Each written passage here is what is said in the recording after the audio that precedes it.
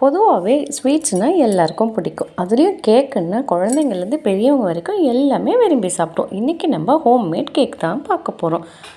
அதுக்கு நான் ஒரு பவுலில் 3 முட்டையை உடச்சி ஊற்றிக்கிறேங்க. முட்டையை எந்த அளவுக்கு பீட் பண்ண முடியுமோ அந்த அளவுக்கு பீட் பண்ணிக்கலாம். என்கிட்ட எலக்ட்ரிக் பீட்டர் இல்லை, ஸோ நான் ஒரு விஸ்க்கு வச்சு பீட் பண்ணுறேன். விஸ்க்கு இல்லைனா மோர் அடிப்போம் இல்லையா, அந்த மாதிரி ஒரு கம்பி இருந்தால் அதுலேயும் உங்களால் முடிஞ்ச அளவுக்கு பீட் பண்ணிக்கோங்க. முட்டை நான் இந்த அளவுக்கு பீட் பண்ணுறேங்க. எந்த அளவுக்கு நுரைச்சி வருதுன்னு பாருங்கள். இது எந்த அளவுக்கு நுரைச்சி வருதோ அந்த அளவுக்கு நம்ம கேக்கும் சூப்பராக வரும். இதுலேயே 1 கப்பு மைதா மாவை நான் ஜலிச்சு சேர்த்துக்கிறேன். இது கூட baking soda 1 spoon, baking salt 1 spoon போட்டு நல்லா ஜலிச்சு விட்டுக்கிறேங்க. நான் இன்றைக்கி கேக்கில் ஒரு ஃப்ளேவருக்காக ஹாப்பி பிஸ்கெட் பேக்கெட் ஒன்று சேர்த்துக்கிறேன். இது 5 ரூபாய் பிஸ்கெட் பேக்கெட் தாங்க. சேர்க்கும் போது அது ஒரு மாதிரி டேஸ்ட்டு சூப்பராக இருக்கும். இதை நம்ம மிக்சியில் அரைச்சிக்கலாம். இது கூடவே பவுடர்டு சுகர் 1 கப்பு போட்டுக்கிறேன். இது எல்லாமே ஸ்லோவாக ஒரே சைடில் கலக்கி விட்டுக்கலாங்க. ரொம்ப பீட் பண்ணுற மாதிரி பண்ணிடக்கூடாது. அந்த முட்டையோட பொங்கின தன்மை இருக்குது இல்லையா, அது ஸ்பாயில் ஆகாத அளவுக்கு கலக்கி விட்டுக்கலாம். இந்த மாதிரி நல்லா கலக்கி விட்டுக்கலாங்க. நம்ம இன்றைக்கி இதில் பட்டர் எதுவுமே சேர்க்க போகிறதில்ல, குக்கிங் ஆயில் தாங்க சேர்க்க போகிறோம். இந்த அளவுக்கு நல்லா பீட் பண்ணதுக்கப்புறம் ஒரு 10 ரூபாய் டெய்ரி மில்க்கை ஹாட் வாட்டரில் போட்டு இந்த அளவுக்கு மெல்ட் பண்ணி இதிலையே போட்டுக்கலாங்க. இதுவும் ஒரு டெக்ஸ்டர் கலர் சேஞ்சுக்காக தான் போடுறோம்.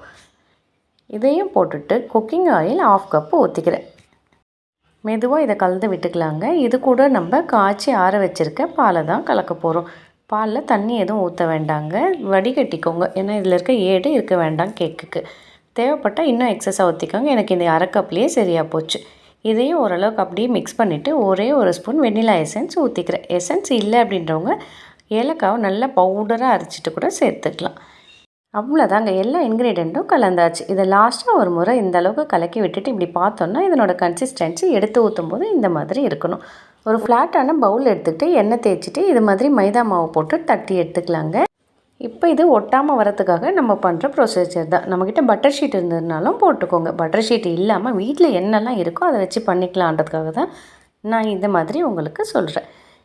இப்போ பவுலை 2 வாட்டி டேப் பண்ணிக்கலாங்க. ஏர் பபிள்ஸ் இருந்ததுன்னா போயிடும்.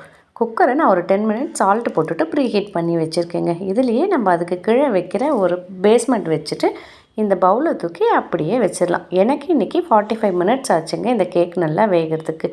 கேக்கு வைக்கும்போது கிண்ணத்தில் பாதி அளவு இருக்கிற மாதிரி வச்சோன்னா தான் நமக்கு வெந்து அது பஃப்னு வரும்போது கரெக்டாக இருக்கும்.